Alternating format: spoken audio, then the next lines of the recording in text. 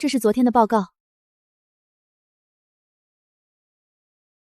这位女士，您没预约，没事，你先出去吧。大嫂，我出2万，你把公司股份都转到浩浩名下吧，我也不多要，转80%就行，你抓紧办。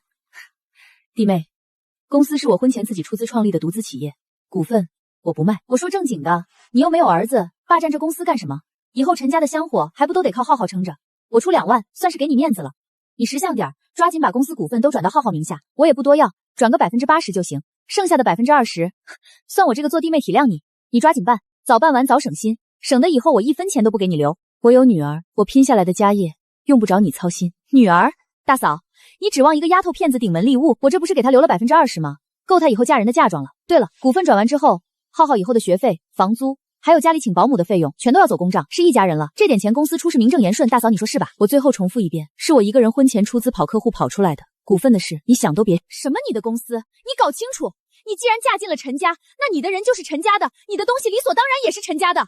我今天能亲自过来跟你谈，只要80%的股份，已经够给你脸了，你别给脸不要脸。我没时间跟你扯陈家的逻辑。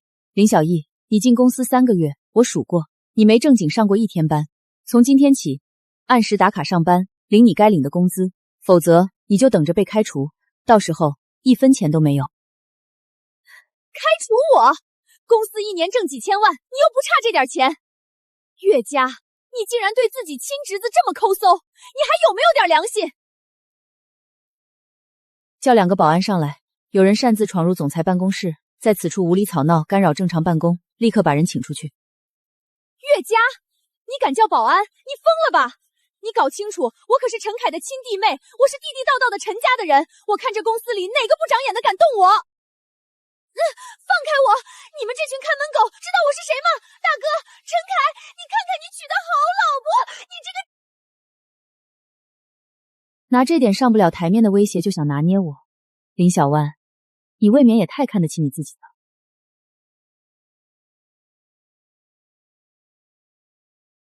大嫂，你可真够狠的，居然让保安架我出去！你今天让我丢这么大的人，就是打陈家的脸，打大哥的脸。大哥，陈峰走得早，就留下我们娘俩孤苦伶仃的，结果在自家公司还被人这么欺负，这事儿要是传出去，别人该怎么说你？说你这个当大伯的没本事，狠心连皇帝的老婆孩子都护不住。岳家，小天再怎么说也是自家人，闹到动保安，传出去外面怎么看我们？我这个总经理以后还怎么带人？就是啊，大哥，你又没有儿子，这公司早晚不都是浩浩的吗？再说了，大嫂又不再生了，你难道真想以后眼睁睁看着公司跟了外人的姓，让女婿捡了便宜？公司是我一个人的，股份给谁怎么给，只有我这个法人说了算。大哥，你听听，他这话里话外哪有一丁点把你放在眼里？他根本就没把你当陈家的一成员。岳家，我觉得小懒说的也不是全无道理，不就是点股份吗？给了浩浩，总归是陈家的血脉，总比便宜了外人好。这点股份，陈凯，你说的轻巧，感情不是你自己辛苦挣的，你不心疼是吧？公司当初的启动资金是我出的婚前资产，大客户全我一个个跑下来的，你不过是在这挂个总经理的名头，你有什么资格在这跟我耍老板威风？现在是你们自己识相点走出去，还是我再叫一次保安？行，岳家，你行，你别后悔。1000多，应该是之前订的那批物料自动扣匪了。2000、3500、5000，市中心奢侈品商场，这不是物料费，有人在拿着我的卡刷。没有，怎么会没有？老婆，我找一下车钥匙。哦，就在夹层里。陈凯，你拿我银行卡了？哦，是我拿了。岳家，今天你做的确实太过分了，当着那么多人的面给小婉难堪。我拿你的卡给她买点东西，全当是替你补偿她了。这一家人还得过日子。补偿他？陈凯，你搞清楚，那是我的血汗钱，我凭什么补偿他？岳家，你讲点道理。小眼一个人带孩子容易吗？我弟走得早，你是当大嫂的，理应多替他分担一点。你也别闹了，晚上回家你给小眼认个错，道个歉，顺便把股份的事办了。只要你把股份转过去，今天这事就算过去了，我也就不跟你计较了。哎呀，大哥，这套衣服真好看。浩浩要是知道你给他买了这么多昂贵的玩具，肯定会高兴坏了。大哥，你就是大方。刚结婚那会儿，我想要条几千块的金项链，你都说我乱花钱虚荣，现在却拿着我辛苦挣来的钱，眼睛都不斜的女人买奢品，还要我低头道歉，门都没有。你好，我要挂失，卡号是，对，身份证号是，请立刻冻结所有交易，立刻。大哥，还是你对我好，等浩浩拿了股份，咱们陈家就真的出头了。放心吧，在大哥这儿少不了你们娘俩的。刷卡没密码。先生，不好意思，您用不了，系统提示卡片已冻结。怎么可能？这张卡额度高得很，你是不是机器坏了？你再给我试试。先生，请问您怎么支付？刚才拎包的时候不是挺畅气的吗？这会卡被冻吧？真够丢人的。先生，这张额度不够，还差2万多。小婉，你那还有钱吗？先垫上。抱歉，这张卡余额不足。这件不要了，退掉。岳家，你居然敢跟我玩这一手！想拿我的钱充好人，陈凯，门儿都没有。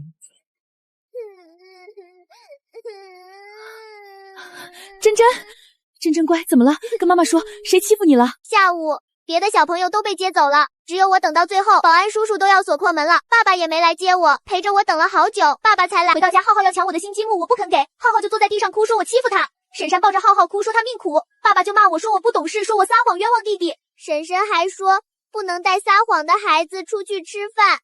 妈妈，真真没有撒谎。妈妈知道。真真从来不会撒谎，再给真真讲2个小故事好不好？当年深圳的时候我大出血，医生说这辈子都不能再有孩子，他就是我的命，我把他看得比眼珠子还重。你们这么作践他，我岳家也绝对不会让你们好过。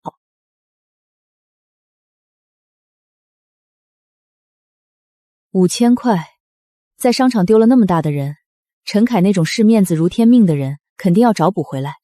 这钱除了他还能有谁拿？大伯，那个玩具车太帅了，我明天还要去商场，我还要买那个机器人，还有那个大岳家，你站这儿干什么？吓我一跳！是不是你把卡停了？你知不知道今天我在商场有多丢人？那柜台小姐看我的眼神像看个骗子。下午你为什么不早点去接真真？小婉要去接浩浩，我顺路去帮个忙，怎么了？不就是晚了一会儿吗？你至于一回家就摆这种脸色给我看，又是这种小题大做的样子。晚了一会儿，保安都要锁门了，真真一个人在门口哭得停不下来。你这个当爸爸的在干什么？就是你平时把真真养得太骄纵了，一点抗压能力都没有。而且他现在小年纪居然学会撒谎冤枉弟弟了。浩浩才几岁，他居然说浩浩抢他积木。真真从来不撒谎，他知不知等到我回来都没吃晚饭。我进门的时候，他抱着胳膊哭得连话都说不清楚。我那是想给他个教训，女孩不能总惯着，不然以后无法无天。哎呀，大嫂，你别和大哥生气了，千错万错都是我的错。你看，我们特意给真真带了吃的回来，算是赔礼道歉了。这是浩浩最爱吃的炸鸡，我特意让大哥给他留了一份呢，快趁热给孩子吃吧。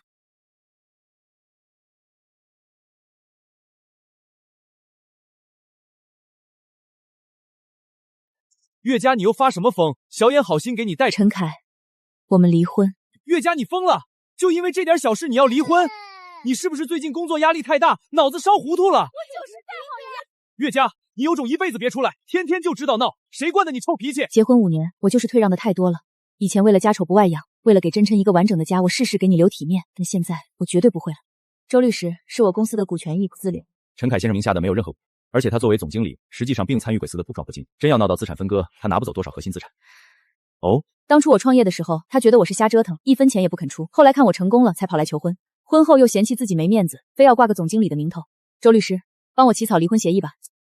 张姐，把公司近半年的对公账户流水全部打出来给我，现在就要。岳总，这陈总之前说我是法人还是他是法人？林小婉的入职薪资为什么比工岗位高了3000？是陈总特意。这一笔2000的行政补贴是什么？还有这个浩浩的幼儿园学费，陈总说林小姐家里困难，这些房租和学费都直接走公司的公账报销。陈凯，你还真是大方，拿着我的公司养着你的好弟妹。周律师，所有证据都发你邮箱了。明小远的虚高薪资、房租，还有浩浩的学费报销单，全部整理归档了。收到，这些证据很关键，我会立刻并入离婚诉讼材料中。陈总和林小姐这又是闹哪出？今天陈总这派头，不知道的还以为他才是大老板呢。岳总，出事了！陈总刚给林小婉批了一笔款子，整整10万块。名目呢？10万块的福利，还真是大手笔，说批就批啊！叔叔，你们就放心来玩吧。机票我订好了，钱已经打到小婉卡上了，10万块呢，随便花。瞧您说的，我弟走得早，我这个当亲哥的替他尽孝是应该的。你们来了直接住家里，全包了。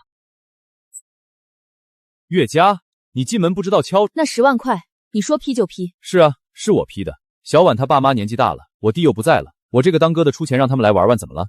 那是公司的公款，都是一家人，分什么你的我的，这点钱你也要斤斤计较。岳家，你作为大嫂，格局能不能大一点？别总盯着这点蝇头小利。爸妈，你们说你们年纪大了，在家待着不好吗？大冬天的非要往这儿跑，来回折腾多麻烦，还费钱。再说了，家里这房子住不开，你们来了孩子都没地方睡，多不方便啊。那我们明天就走。陈凯，你还记不记得去年冬天我爸妈来旅游，顺便看真真？提那陈芝麻烂谷子的事儿干什么？我不是为了他们好吗？为了他们好。当时你当着他们的面是怎么说的？说他们年纪大了折腾，家里不让他们滚回老家待着。现在呢，林小远的爸妈来，你大手一挥就是10万，还让人家全家住在家里，你包吃包住包接送。那能一样吗？怎么不一样？我爸妈来是来回折腾浪费钱，到了你弟的岳父母这里，就成了理所应当的尽孝了。陈凯，你是拿我的血汗钱在给你那所谓的面子贴金吗？岳家，你能不能有点同情心？陈峰走得早，留下小婉母子孤苦他的依靠，我这个当大哥的拉一把怎么了？你非要这么刻薄吗？同情心不是拿公司的钱慷他人之辈。陈凯，你给我听清楚了，这笔钱是公司对公账户出的，是我岳家辛辛苦苦跑客户赚回来的血汗钱，不是你陈凯的私人财产。我是总经理，我给你2天时间，把这10万块一分不少的退回公司账户，否则我就按挪用公款走流程，直接起诉。你敢？我是公司总经理，10万块的主我还做不了。我告诉你岳家，别给脸不要脸，这钱我绝对不可能退。陈凯，我最后劝你一句，趁现在有时间，好好去找个像样的论清楚这家公司到底是谁的。哟，大嫂，刚跟大哥吵完呢，消消火。刚才大哥又给我转了一笔，说是补偿我爸妈的，这钱你很看钱进了兜里啊。干这杯咖啡，你可得慢慢品香了。你笑什么？别急，好日子还在后头呢。岳总，对这次烧云进店时间别惊动陈总，我知道这几天先不处理家事，专心推进王总的项目。那咱们周5下午我亲自跪诉面签，好，不见不散。岳总，不好了，您能不能快上来？陈总和林小姐现在正在王总办公室里。我马上到。放开我！我是好心提醒你们，王总岳家那个女人心术不正，你们怎么这么不领情啊？王总，您消消气，您千万别误会，我们真不是来闹事儿的，我们只是家事沟通不畅。王总，实在不好意思，我来晚了，家里出了一点上不了台面的私事，让您看笑话了，真是不好意思。王总，咱们的正事儿现在可以开始了吗？岳家，你怎么来了？你不是在公司处理内务吗？陈总是不是记性不太好？大早在上周就签完了，我今天来是跟王总约好签最后的补充协议，查漏补加。看来陈总是一点公司的核心业务啊，说家里有不安分的人可能会来捣乱。我刚才面对这2位好心人的劝阻，还真是要被吓一跳啊。岳家，你故意的是吧？当着外人的面这么下我的面子。岳家，你别以为签个合同就了不起，这家里还轮不到你做主。闹够了就闭嘴。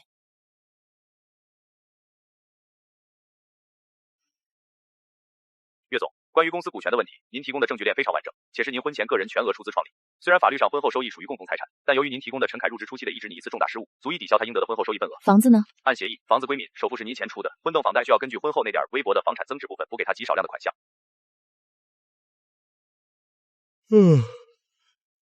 大早上的又是什么合同要我看？岳家，你玩真的？白纸黑字，协议清楚，谁跟你开玩笑？就因为这2天这点吵吵闹闹的小事，就因为我给小婉花了点钱，晚接了一会儿孩子，你至于闹到离婚？我告诉你，我不同意，这协议我绝对不会签。同不同意现在已经由不得你了，协议里的每一项条款都是我跟律师反复核对过的，完全符合法律规定。你如果不服或者有异议，别在这里跟我吼，直接去找我的律师谈。另外，你之前挪用公司的那10万块公款，我查得清清楚楚，我现在正式通知你，限你3天之内一分不少的还回公司账上。那些钱我是给自己花了吗？我是花在小婉和浩浩身上了。我弟陈峰走得早，就留下这么一根独苗，我这个当亲大哥的照顾他们母子，难道不是天经地义吗？天经地义。陈凯，既然你觉得照顾他们是你的使命，那就请你用你自己的钱去尽这份心，拿着我公司的公款去给你的弟妹冲大脚旗这叫咖人之规，叫不要脸。这里面清楚记录了你这1年多来所有的转账记录，你亲手签字的违规审批单，还有林小外那些错漏百出的虚假报销程序，每一笔我都让财务和技术部做了交叉比对。这笔账真要闹到法院去，职务侵占的金额足够让你在里面蹲上几年。你可以不退钱，但你得下班养辈子，值不值这10万块？现在才知道打电话找人问对策，陈凯，太晚了。老婆，我这2天想了很多，以前是我糊涂，咱们5年的夫妻情分，你忍心就这么断了？就算不为了我，你也得为了珍珍想想啊，他才6岁，他不能没有爸爸呀。你把他一个人丢在校门口饿肚子的时候，怎么没想过他需要爸爸？岳家，我劝你别给脸不要脸，我挂着总经理的名州，也是这公司的老板之一，想赶我走，你没那个资格。有没有资格，法务和章程说了算。各位，这是陈凯作为总经理期间多次绕过财务审核进行的违规审批和挪用资金证明。还有林小儿入职3个月旷工30天，私自虚报报销金额累计达数万里职务，即刻起撤销陈凯总期管理职务。另外，总经理滥用职权，造成不符合录用条件，多次严重违反公司制度，予以即日辞退。岳家，你敢开除我们？我看你是我告诉你，岳家，你今天要是真敢这样做，我就你就怎么样？你就怎么样？报警还是去法院告我？陈凯，你搞清楚，这里是公司，是讲章程和法律的地方，不是你那个可以让你为所欲为的家。还有你，林小婉，这3个月里你违规报销金额高达数万，长期在无辜旷工的写下私自公司的核心客户，甚至每一条证据查出来，不仅是辞退，我甚接触可以送你去坐牢。我不走，我是陈总亲自点头安排进来的，合同都签了，你凭什么赶我走？陈峰啊，你怎么走的那么早啊？你看看你亲大哥的老婆，现在发了财就不认人了，这算是要逼死我们这孤儿寡母啊？人人都能骑在我们头上欺负啊！保安部吗？带人上来，总裁办公室有2个闹事的非本公司人员，马上处理掉，请他们出去。另外，通知前台和所有出入口，以后没有我的允许，不许这2个人再踏进公司大门一步。陈先生、林女士，请配合，别让我们动粗。岳家算你狠，你给我等着！你今天这么不留情面，你以后千万别后悔。岳家，你个丧良心的，你心肠歹毒会有报应的，你不得好死！小野，你这是干什么？大半夜的，你带浩浩去哪儿？去哪儿？当然是回老家。陈凯，你看看你现在这副穷酸样，连给浩浩买个像样的书包都费劲，我凭什么还跟着你吃？小婉，你这是干什么？大半夜的，你带浩浩去哪儿？去哪儿？当然是回老家。陈凯，你看看你现在这副穷酸样，连给浩浩买个像样的书包都费劲，我凭什么还跟着你吃苦？你忘了我以前是怎么对你的？为了你们母子，我挪用公款，我连老婆孩子都不要了，连公司股份都敢帮你去抢。我现在分到的财产大半都赔给公司了，还不是因为你？那是你蠢，是你没本事。当初看你有房有车还是总经理，我才叫你一声大哥。现在你就是个背了一身债的丧家犬，还想拖累我们娘俩。林小媛，你怎么能这么没良心？我儿子是为了谁落到这步田地的？老太太，你也别在这耗丧，要怪就怪你儿子，放着岳家那种会赚钱的金卯交不要，非要作死，现在人财两空，那是他活该。李小婉，你把我最后那点生活费也偷走了，你回来！作孽呀，陈凯，你当初要是听我的，对岳家好点，咱们现在还住在别墅里当太爷呢。你非要听这个狐狸精的，现在好了，人家卷了钱跑了，留下咱们等死啊！岳总，合作愉快。自从清理了那些不相干的人，贵公司的效率可是越来越高了，这季度的收益直接翻了倍啊！让王总见笑了，没有了才能真正步入正轨。新项目的招标书已经通过了，咱们公司现在是行业领头羊了。好，按计划推进，我们要做的不仅是上一个台阶，而是要走得更远。慢点吃，又没人跟你抢。妈妈，我现在觉得好开心呀！现在家里好安静，感觉好舒服呀。是啊，以后也会一直这么安静，这么舒服的。远离了糟心的人和事，日子终于清静了。往后我们只会越过越好。那些烂人烂事，早就不配再出现在我们的生活里了。珍珍，以后妈妈会给你一个最干净的家。我的故事，那一页烂账终于翻过去了。从今天起，该写新篇章了。岳总，这2天大家干活都带劲了不少。说句心里话，陈总被罢免后，公司里那些乱七八糟的破事全没了，咱们这儿终于清静了。人心向背这东西从来不是靠嘴说出来的，以后公司只会看实力，大家只要专心做事，该有的激励我一份都不会少给。岳家，你以为把我踢出公司，让我净身出户，这事儿就完了吗？你想过清静日子？做梦！我绝对不会让你过得太清静。岳总，刚才收到的是陈凯那边请律师发过来的。股权分割显示公平，要求重新分割婚后增值部分，性格极端，不利于孩子身心健康。周律师，陈凯发律师函了，他想要我公司的婚后增出增值部分，还要跟我抢珍珍的抚养权。岳总，你放宽心，我打这种家庭财产纠纷官司这么多年，他这2条诉求在我看来简直站不住脚。岳总，你放心，他这2条主张都站不住脚。你公司的增值部分资金来源和经营决策都有清晰记录，他作为挂名总经理从未实际参与核心业务，想分走婚后增值，除非他能拿出自己为公司创造价值的证据。那抚养权呢？不过我得提醒你，这种官司一旦缠上，很可能会无限期延长举证和开庭周期。你现在公司正处在上升期，如果被这种琐事牵扯太久，恐怕会直接影响到接下来的核心业务。不过我得提醒你，这种官司一旦缠上，很可能会无限期延长举证开庭周期。你现在公司正处于上升期，如果被这种琐事牵扯太久，恐怕会直接影响到接下来的核心业务。岳总，您家孩子想闹着要见你。我知道，陈凯现在是光脚的不怕穿鞋的，他已经没什么可失去的了，所以他想拉着我一起下地狱。但我后面还有公司，有几百号员工要养，还有珍珍，我耗不起，但我更不会输。周律师，应诉材料你帮我准备，法律上的事交给你，剩下的脏水和麻烦我来处理。园长你好，我是珍珍妈妈，最近我家里处理一些私人纠纷，我担心有人会去学校骚扰孩子，您帮我看着点，如果有陌生人来接珍珍，不要答应。岳女士，你放心，珍珍的加冠单我们会进行最严格的核对，除了你本人或者你有书面授权的人，谁来了我们也不会放人。谢谢园长，麻烦了。珍珍画的真漂亮，这个红旗子的是妈妈，这个扎辫子的是珍珍，对不对？对，妈妈看我还画了一只大黄狗在旁边保护我们。妈妈，爸爸是不是以后再也不回来了？珍珍会想爸爸吗？不想，爸爸每次回来要凶我，还要请找我当弟弟去，还希望我让着好好买好吃的。爸爸一点也不爱我，我也不喜欢他。好，珍珍不想，那他以后就不回来了。妈妈保证，谁也不能再让你受委屈。陈凯，是你自己亲手把路走窄了，怪不得别人。岳总，您这几天简直是把自己掰成两半在用，白天盯项目，晚上还得回去陪孩子，这样下去身体吃不消。没事。妈妈，讲完这个故事，我们就睡觉好不好？好，讲完这个咱们就睡。陈凯，你还是个男人吗？你就眼睁睁看着我被关进去，你真是个没用的废物！我为了你公司职位丢了，钱也赔了，你还想要我怎么样？3万块，就当是老娘的青春损失费了。林思婉，你个贱人，那是老子最后一点钱，你给我滚回来！妈妈，是谁呀？没谁，珍珍，你先自己练一遍，妈妈接个电话。岳家呀，你听见没？你看看你干的好事儿，原本好好的一个家，横生让你给拆散了。现在小婉跑了，浩浩也没了，你现在是不是特别得意？你满意了是不是？您这话可真有意思。万全为什么跑去哪儿了？跟我有什么关系？怎么没关系？要不是你非要离婚，开去把铲子铃，还报警抓小婉，他能寒了心带着孩子走吗？那是他自找的，您可以在这儿骂我，倒不如怪您儿子自己没本事，连个贪财的真面目都看不清，最后连个女人都留不住。你居然敢这么说凯子，我不管，岳家，你赶紧想办法把小婉给我找回来。妈，我罪在正式提醒您一次，我跟陈凯已经签了离婚协议，从法律上讲，我们已经没有跟我任何关系了。你们陈家的人是走是留是活，哪怕是天塌下来的，跟我家没关系了。妈妈，奶奶是不是又在电话里生气呀？不管他，大人的事跟珍珍没关系。来，咱们不让不开心的人打扰，妈妈接着陪你练。今天妈妈教你弹一首新曲去，好不好？好，妈妈弹的最好听了。岳总，传票到了，第一次开庭定在3个月后。3个月，时间够吗？足够了，你交给我的那些材料很充分，只需要查漏补缺。好，岳总，还得是你。这一批产品的质量比之前陈外给当总经理时提高了不止就是吧？果然，这当翻析天练，没有蛀虫挡路，所写金五处质量自然就上去。行，冲这质量，我再追加5000万的订单。研发部扩展1倍，新产品线的布局要立刻启动。你说什么？什么叫不见了？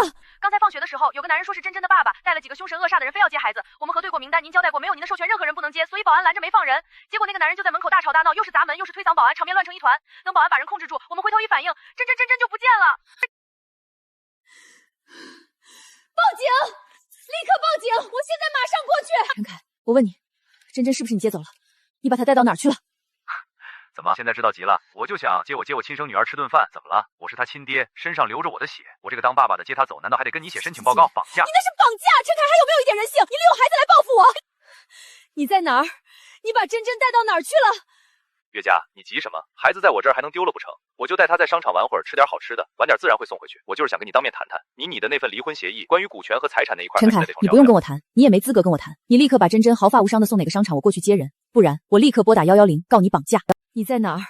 你把珍珍带到哪儿去了？岳家，你急什么？孩子在我这儿还能丢了不成？我就带他在商场玩会儿，吃点好吃的，晚点自然会送回去。我就是想跟你当面谈谈，你的那份离婚协议，关于股权和财产那一块，我觉得咱们还得重新聊聊。陈凯，你不用谈不钱，你也没资格跟我谈。你立刻把珍珍你现在告发无伤哪个送回幼儿园，过去接人，不然我立刻拨打110告你绑架。绑架？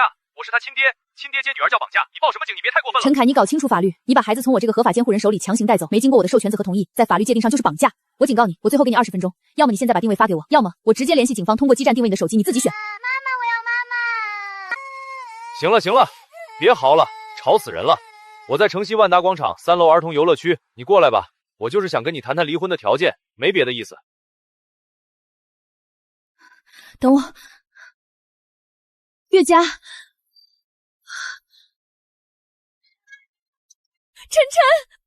妈妈。岳家，你这是什么眼神？我就是带自己女儿想老出来玩会儿，买个糖，你至于这么大惊小怪的？搞得跟我真要把她卖了似的。陈凯，你跟我来。妈妈，你别走，别丢下我一个人。珍珍乖，妈妈不走，妈妈就在门口，2分钟，妈妈就回来带你回家好吗？岳家，我就是想跟你谈谈抚养权的事儿，你把珍珍给我，我不要你1分钱抚养费，咱俩各过各的，多好。陈凯，在你眼里，这个世界是不是永远围着你转？你想要的东西就必须不择手段得到，你觉得没用的东西就可以像垃圾一样丢掉。你刚才口口声声说想要抚养权，可你有没有哪怕1秒钟想过，门里坐着的是你的亲生女儿，是一个活生生的人，而不是你用来跟我博弈、用来要挟我的筹码？你跟我扯这些虚的干什么？她是我陈家的种，我能亏待了她？是吗？既然你这么了解你闺女，那我问你，你知不知道珍珍对芒果严重过敏？什么过敏？珍珍幼儿园的紧急联系人表上第一行用加粗红笔写的就是芒果过敏，接触及头重，需紧急送医。你带她出来这么久，给她买过吃的吗？你刚才是不是打算给她吃这个芒果慕斯？你知道一个只有8岁的孩子芒果过敏、喉头瞎痒是什么概念吗？那是窒息，那是休克，是哪怕救护车到了跟前，那我来的生死线。你是他爸，你连这个都不知道，你恐慌轻问我下去，你凭什么说你能照顾好他？我就是这2天烦心事太多，我就是忘了。你忘了？陈凯，你告诉我，你这6年还做了什么？陈凯，抚养权的事，你死掉这条心吧。今天这笔账我不报警是看在真真的份上，以后你再敢在没经过我允许的情况擅自靠近孩子，我都会立刻向法院申请人身安全保护令。到时候你连看他一眼都是违法，你自己掂量。妈妈，我们回家好不好？好，妈妈这就带你回家。妈妈，你别走，别丢下我一个人。真真乖，妈妈不走，妈妈就在门口，2分钟，妈妈就回来带你回家好不好？月佳，我就是想跟你谈谈抚养权的事儿，你把真真给我，我不要你1分钱抚养费，咱俩各过各的，多好。我不能输，为了真真，我不能输。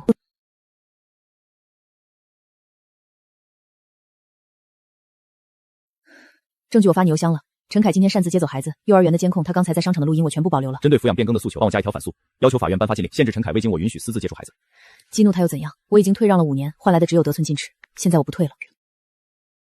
岳总，法院的通知下来了，陈凯那边提出的抚养权变更诉求被正式驳回。法官认为他并不具备主要抚养条件，且存在失职行为。我提的反诉呢？法院准许了。从现在起，对提前3探视权进行我们严格报备。他如果想见真真，必须提需有纽或者你指定的人全程陪同监控。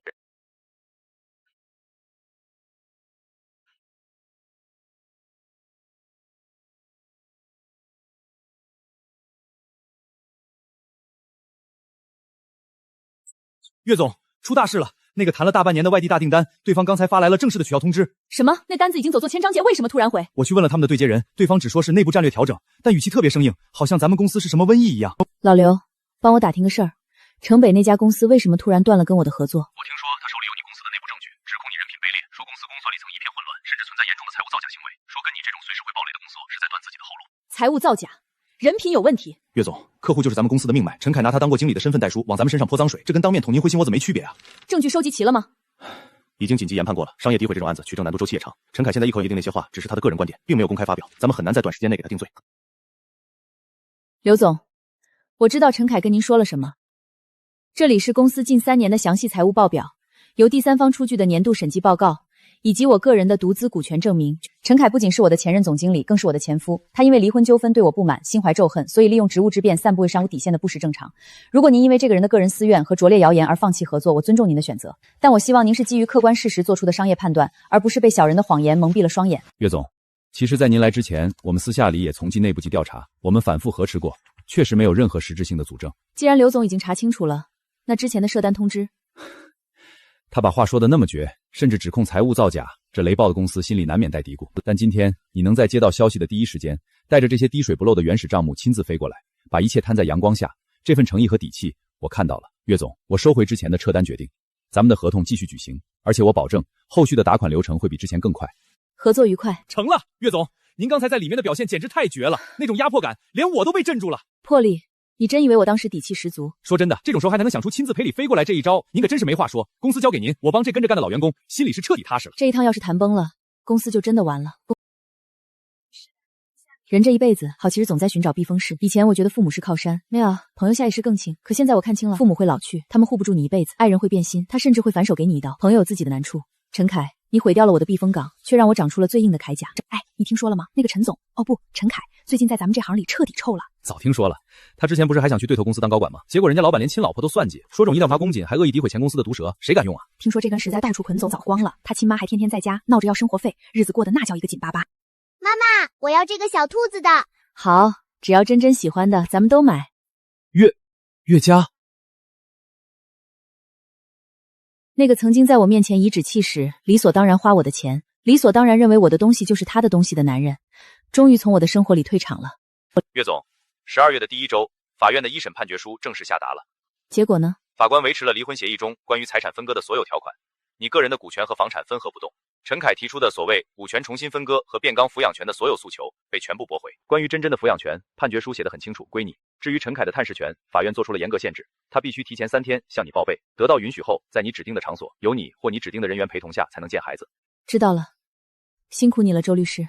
真真，快过来，看看妈妈给你买了什么。哇，好漂亮的鞋子，谢谢妈妈。妈妈，你看毛茸茸的球在跳舞，我明天可以穿着它去采雪吗？为了这一刻，什么都值了。妈妈，下雪了，是不是可以堆雪人了？对，不过你看现在的雪虽然大，但还没积厚呢。那要等到什么时候呀？等雪再大一点，等明天一早厚的能没过真真的雪的时，妈妈陪你堆好不好？我要堆一个比爸爸还大。好，听真真的，咱们明天就堆一个最大的，比爸爸还大。大嫂，出2万是给你面子。这一场拉锯战打得可真久啊，但好在我赢了。明天又是新的一天，公司那边还有一堆堆的事儿等着我拍板。新的研发线，王总的追加订单，我要把所有的力气都花在值得的人和事上。那些不配的人，连进我世界看一眼的资格都没了。坏人走远了，好日子才刚开始，日子还长，我们慢慢过。岳总，一审判决下来了，全部维持原判，抚养权归你。陈凯若想探视，必须提前报备。辛苦了，一整天没见您动静了。岳总，外面这雪下的人心慌，要不我给您换杯热咖啡？不用，张姐。周律师那边是不是有消息了？赢了。哎呀，那可真是太好了！这段时间看您两头跑，我们这帮人心都悬着。陈总，陈凯那边的花招总算没得正成，这天看着阴沉沉的，可总算是出。是啊，窗外是灰的，可我心里这块地儿现在是晴的，日子该怎么过就怎么过。张姐，把上个季度的成本分析表给我准备好，晚点我要靠了。岳总，我这就去办。陈凯，既然判决书落了，你留下的那些烂账也该一笔他算清楚了。听说了吗？就那位岳总，官司今天判了，彻底离了。哼，离了才好了。他那个前夫陈凯到公司去，再把孩子一个人丢在校门口不管，这种男人不离留着过年。当妈的也真不容易，一边顶着压力上班，一边还得防着男方偷孩子。妈妈，你看，下雪了，真的下雪了。下雪了，第一场雪，咱们得庆祝一下。晚上想吃什么？火锅，我要吃热乎乎的火锅。好，听我们真的吃火锅。哎呀，又不听话。慢点吃，没人和你抢。好吃。雪佳，公司没了我，你算个屁！妈妈，我怕。都过去了。女士需要加汤吗？不用，谢谢。只要你开心，这一年所有的折腾就都值了。妈妈，你说什么？妈妈说肉熟了，快吃吧。妈妈，以后是不是只有我们两个人吃饭了？爸爸是不是真的不回来？爸爸和妈妈以后要分开生活了，他有他的地方去，但真要记住，不管在哪儿，不管什么时候，你永远有妈妈。那也行，那也行。妈妈，那我们以后能不能经常像今天这样出来吃火锅吗？能，只要你想吃，咱们每周都吃。耶，妈妈说话算话。这辈子最难的关头，就算跨过去了。妈妈，我穿好袜子啦，真棒！吃完早饭，妈妈送你去上学。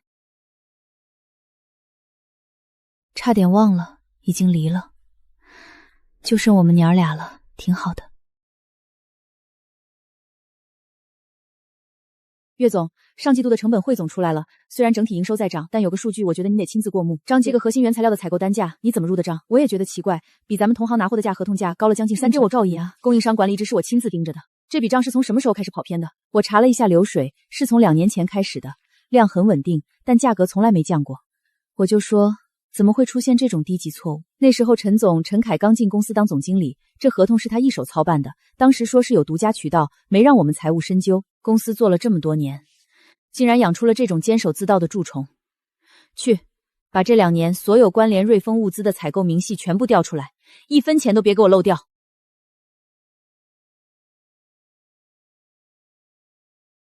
岳总，您都对了1个多小时了，休息会儿吧。这明细我也看了，确实太稳了，稳得不正常。你看这2年原材料市场价格起伏，但这笔采购就像进了保险箱，每月的量雷打不动，单价1分钱都没降过。这怎么全是陈凯签的字？岳总，这级别的合同以前按规矩不都得您亲自过目吗？那是规矩，可2年前陈凯刚当上总经理，正是他最想在公司立威的时候，他跳过我，直接把这事儿办了。我那时候竟然还以为他是在替我分担，又是他。从离婚官司到公司资产，他到底还给我埋了多少雷？岳总，您要的瑞丰物资的原始供货合同调出来，放下。瑞丰物资，法人刘某某，这刘老板在圈子里没听过啊，名不见经传的小公司，凭什么拿咱们5年的长约？我表哥的公司就在 X 路那边，以后见再来，可忘了自家不亲啊。这地址跟林小婉之前跟我显摆他表哥开的公司地址一模一样，一模一样。什么？他是拿着公司的去贴补林小婉的表哥，高出30%的单价，签了5年长约。岳总，这陈凯疯了吧？这简直是在掏空公司。他没疯，他算得准着呢。林小婉是陈凯的新尖子，他拿我的公司做人情去养那个女人的全家。陈凯，你真行，咱们这笔账有的算了。进公司3个月就敢签5年的长约，陈凯啊陈凯，你那时候是真把我当成只会签单的人了。进，看看这份东西，我要听实话。岳总，这合同签的太离谱了，单价明显偏离市场公允价，足高了30%。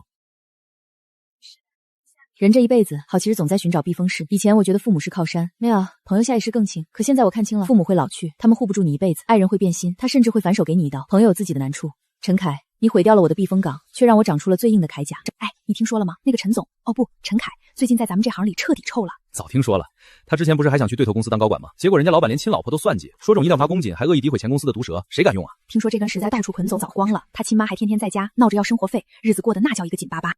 妈妈，我要这个小兔子的。好，只要真真喜欢的，咱们都买。岳家。那个曾经在我面前颐指气使，理所当然花我的钱，理所当然认为我的东西就是他的东西的男人，终于从我的生活里退场了。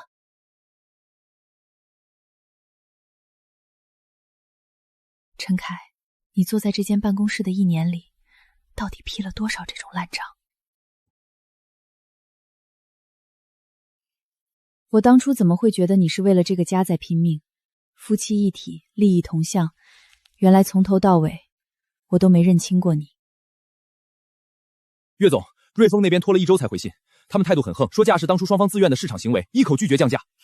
意料之中，韩，把这份市场官价对比较附上去，那家掀桌子话，告诉那位法人刘老板，他跟令小院的亲属关系以及陈凯越权授权的证据链，我们已经做死了。明白，这是点他关联交易。告诉他，如果不协商，我就去法院申请合同无效，顺便请税务局去他那儿坐坐。哎呀，岳总，您看您怎么发那么大火啊？咱们都是做生意的，有话好说，有话好说嘛。哎呦，岳总，您大人有大量，我这刘老板有话直说，我的时间很贵。哎呦，价格的事儿，您觉得多少合适？咱们商量法务就法说就下不。市场均价就按同行拿货的价格，1分都不能多。岳总，这一下子降3成，我这边压力确实大，您的关联啊。刘老板。降3成，你还能挣个合理利润，这份合同还能继续走完。如果你不降，我明天就把案子递到法院，到时候不光价格得回到市场那些，我也银减多拿履程序1分不少的追回来。我想税务局那边估计也有兴趣查一查瑞丰的账，你算算是降价划算，还是倾家荡产划算？岳总，你厉害，我认栽，降我降。哎呀，岳总，您看您怎么发那么大火啊？咱们都是做生意的，有话好说，有话好说嘛。哎呦，岳总，您大人有大量，我这刘老板有话直说，我的时间很贵。哎呦，价格的事儿，您觉得多少合适？咱们商量法务就法说就下不。市场均价就按同行拿货的价格，1分都不能多。岳总，这一下子降3成，我这边压力确实大，您的关联啊。刘老板。降3成，你还能挣个合理利润，这份合同还能继续走完。如果你不降，我明天就把案子递到法院，到时候不光价格得回到市场那些，我也银减多拿履程序1分不少的追回来。我想税务局那边估计也有兴趣查一查瑞丰的账，你算算是降价划算，还是倾家荡产划算？岳总，你厉害，我认栽，降我降。对不起，妈妈最近太忙了，等忙完这一针，我们真的去看海。妈妈保证，真真，妈妈一定会把那些亏欠的都补回来。等我把一切都摆平了，妈妈天天陪你。哎呦，岳总，您坐这儿怎么也不点个灯，吓我一跳。是啊，太安静了。以前陈凯在的时候，我总嫌他在书房打电话嗓门大，可不是刷手机视频的屋顶香仙了，进进出出的，把这屋子塞得满满的。那时候觉得吵，现在安静能督察孤岛。不过孤岛也有孤岛，至少干净。哎，这孩子。那时候他还没变成那种人。真真画这3个人的时候，他还能笑着把他举过头顶，是从什么时候开始的？什么时候他就从画里那个人变成了陈凯？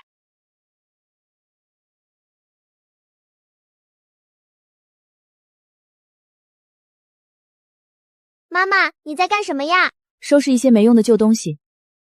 那这些东西还回来吗？不回来了，这间屋子里不需要它们了。这款深灰色窗帘遮光性最好，很多家庭主妇都选这款，耐脏。妈妈，我想要这个，这个像糖纸。浅紫色，那这个沙发套呢？这个白白的，这个亮亮的，看着心情好。好，听这你的，就这个，咱们家得换个颜色了。妈妈，我们家变新了。变新了。从今天起，这里只有我们喜欢的东西。那以后还换别的的吗？你还想换什么？房墙现在白白的，想刷出粉色。粉色看久了眼睛会累，刷成和你窗帘一样的浅紫色行吗？正好配你的白色小床。也行。原来新生活的底色是真真挑的颜色。岳总，最后一遍漆也匀了，您看看这色儿成吗？辛苦了，颜色调得正好。哇，我的房间变漂亮了。这孩子真是有活力，家里刷个新墙，精气神都不一样了。是啊，原来把生活重新拼起来，用的不是胶水，是颜色。佳佳，你还记不记得大2那年，咱们寝室半夜偷偷煮泡面，香味都飘到走廊尽头了，结果被宿管王大妈抓个几个正着。说真的，以前约你10次9次说忙，剩下1次要接回去看孩子管。以前是我把自己困住了，这次你们发消息，我第一反应就是必须来，我请客。佳佳，说真的，我发现你比以前瘦了点儿，但这精气神儿真的好太多了，整个人都在发光，是吗？睡的更是最近那些乱七八糟的破事儿，日子就清爽吧。是尾号3921的岳女士吗？您这么晚才回？是我，车在左边。今天这天挺冷的，是公司应酬吧？不是应酬，是跟几个老朋友吃了顿饭，瞎聊了几句。那您是接的老板喝完酒，要么是谈生意的出，要么就是催着回家的急脸。像您这么松弛的可不多。松弛吗？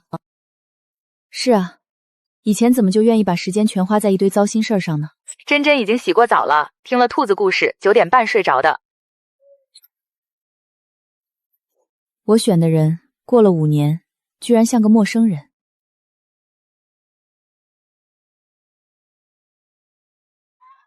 珍珍妈妈，您能先留步吗？有个情况我想跟您沟通一下。你前阵子去旁边华他做游戏的时候，妈妈跟闹了点矛盾。珍珍这孩子懂事的让人心疼，但我觉得这孩子心里肯定角落里，您回家之后可能需要多留意一下他的情绪。谢谢老师告诉我这些，我会处理好的。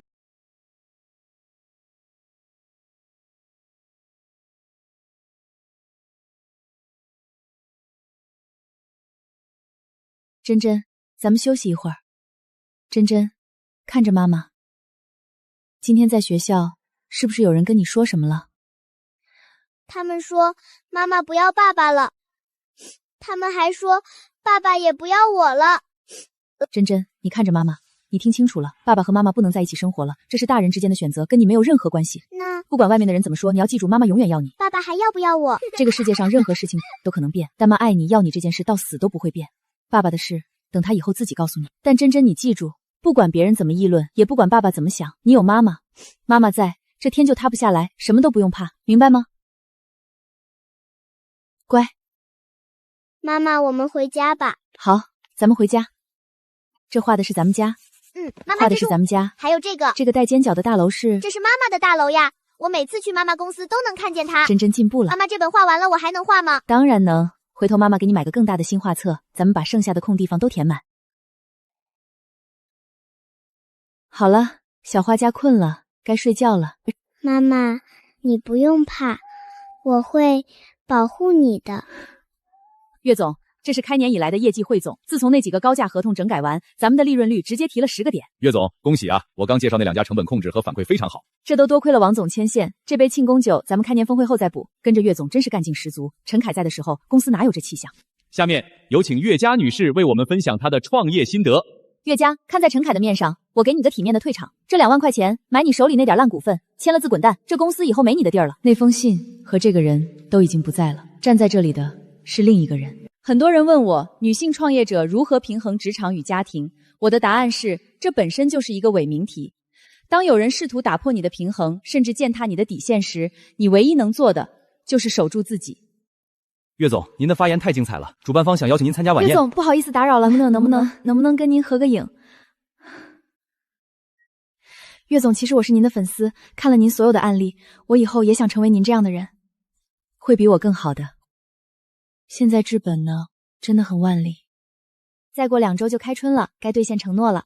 珍珍，妈妈说过，春天到了就带你去。妈妈，快起床，你快看，今天是星期6，机票上写的日期就是今天，我们是不是要去大海啦？裙子穿得真漂亮，就是这鞋。好了，去洗脸刷牙，妈妈收拾行李。这个也带上，还有这个。妈妈快看，花开了，好多好多花。春天来了。妈妈，那海也是春天的吗？它也会开花吗？海一直都是海，但春天看海最好看。岳总，您女儿真乖，一路上不吵不闹的，好多小孩一上飞机就哭。是啊，以前总觉得她太敏感，一点小事就掉眼泪，现在看着倒是透着股踏实劲儿了。妈妈带得好，以前家里事多，老顾不上她，以后不会了。谢谢，我想睡一会儿。请系好安全带，飞机即将落。妈，看海，快看，好蓝好蓝的大海啊！真漂亮，比妈妈想象中的还要蓝。妈妈，它好大，比我们小校区还大，比我们幼儿园还大，比妈妈的公司还大，比妈妈的公司还大。不过妈妈的公司也很高。到了，马上就能踩到沙滩了。妈妈，你看那是椰子树吗？好多好多，比画课上的还多。那边，我看到炭了，帽子大过天了。哇，说比我们地区蓝海大。小姑娘第一次来三亚，是第一次，念到了一整，从去年下雪的时候就开始念，天天说啊，妈妈什么时候去海边？我妈妈说带我看最蓝的海。那来对地方了，这几天天气好，海特别蓝。妈妈，他们说爸爸不要我了，爸爸是不是真的不要我了？判若两人啊。您说什么？没什么，我只是觉得这春天真的该来了。妈妈，春天来了之后，海会一直蓝下去吗？会，还会一直拦下去。妈妈，大海在送我们。是吗？你看那些浪，一直追着我们跑，追到沙滩边上了就退回去，然后又追上来，跟我们幼儿园放学的时候小朋友们追着校车跑一样。那大海明天还会送我们吗？会的，大海喜欢我们，他今天一直在跟我们玩。下午我跑的时候他追我，我停下来捡贝壳他就不追了，他怕我摔倒。你观察的还挺仔细。当然了，我是大海的好朋友了。今天是我最开心的一天，比过生日还开心。比过生日还开心。过生日有蛋糕和礼物，但是大海比蛋糕还大，比礼物还好玩。而且今天是妈妈一个人陪我的，没有别人。那以后每个春天妈妈都带你来，不用等到过生日，也不用等到放长假，只要你想来，妈妈就安排时间。真的？真的。妈妈什么时候骗过你？妈妈，你知道我今天最高兴的是什么吗？是什么？不是大海，也不是贝壳，是我捡到贝壳跑回来给你看的时候，你坐在那里笑着等我，我觉得那个样子最好看。那妈妈以后天天这样等你。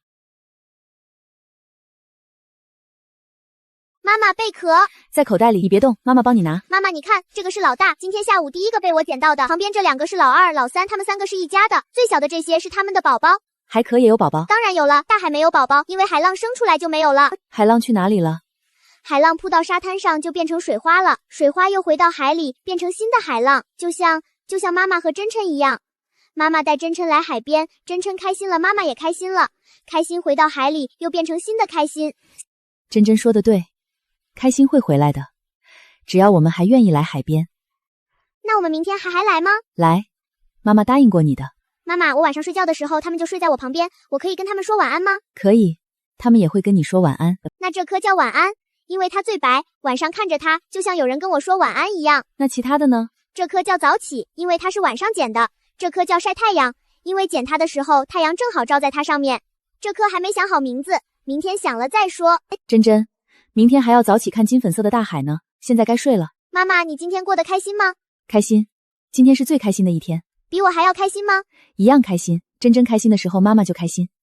妈妈，你以前不开心的时候是怎么变开心的？以前啊，妈妈以前不开心的时候，总觉得要把那些让妈妈不开心的人打败了、解决了，然后才能开心。后来妈妈发现不对，妈妈不需要打败任何人，只要离开那些让妈妈不开心的人，开心自己就回来了。那你离开爸爸了，所以现在就开心了。妈妈离开爸爸是因为妈妈和爸爸在一起的时候，2个人都不开心。分开以后，妈妈慢慢变开心了。真真呢？真真觉得现在开心吗？开心。以前爸爸在家的时候，家里总是很吵，爸爸总说我让着弟弟，可是我没有做错事情，现在不吵了，我喜欢现在。那妈妈就放心了。妈妈，如果以后我长大了，我也不会跟一个让我不开心的人在一起。那妈妈，你也要一个人吗？妈妈有你啊，妈妈不是一个人。妈妈，明天早上金粉色的大海，你叫我。叫你？妈妈什么时候忘过？以前的每一个晚上，脑子里都装满了东西。今天又有哪笔账对不上了？林小婉又跟陈凯嘀咕了什么？婆婆那边下次还要闹什么？陈凯这个月又从账上划走了多少？妈妈，贝壳在口袋里，你别动，妈妈帮你拿。妈妈，你看，这个是老大，今天下午第一个被我捡到的，旁边这2个是老二、老三，他们3个是一家的，最小的这些是他们的宝宝。海可也有宝宝？当然有了，大海没有宝宝，因为海浪生出来就没有了。海浪去哪里了？海浪扑到沙滩上就变成水花了，水花又回到海里，变成新的海浪，就像妈妈和真琛一样。妈妈带真琛来海边，真琛开心了，妈妈也开心了，开心回到海里，又变成新的开心。真真说的对，开心会回来的，只要我们还愿意来海边。那我们明天还来吗？来，妈妈答应过你的。妈妈，我晚上睡觉的时候他们就睡在我旁边，我可以跟他们说晚安吗？可以，他们也会跟你说晚安。会的，大海喜欢我们，他今天一直在跟我们玩。下午我跑的时候他追我，我停下来捡贝壳他就不追了，他怕我摔倒。你观察的还挺仔细。当然了，我是大海的好朋友了。今天是我最开心的一天。比过生日还开心。比过生日还开心。过生日有蛋糕和礼物，但是大海比蛋糕还大，比礼物还好玩。而且今天是妈妈一个人陪我的，没有别人。那以后每个春天，妈妈都带你来，不用等到过生日，也不用等到放长假，只要你想来，妈妈就安排时间。真的？真的。妈妈什么时候骗过你？妈妈，你知道我今天最高兴的是什么吗？是什么？不是大海，也不是贝壳，是我捡到贝壳跑回来给你看的时候，你坐在那里笑着等我，我觉得那个样子最好看。那妈妈以后天天这样等你。明早起来，珍珍会摇醒我，会兴奋地说海变成金色了，会拉着我的手往海边跑。她会自己念叨：帽子戴了吗？老大今天要第一个放回去。妈妈你好了没有呀？然后我们会重新站到那片金色的海边，看着它被浪卷走，然后回头冲我笑，而我会蹲在它旁边陪着。妈妈，你醒醒，太阳出来了，海变成金色的了。珍珍真的看到金粉色的大海了？看到了，就在窗户外面，跟妈妈昨天晚上说的一模一样，先金粉色，然后慢慢变蓝。那妈妈说话算话吧？算话。妈妈你快洗脸，我们去看金色的海。我把贝壳也带上，让他们再回家探一次亲。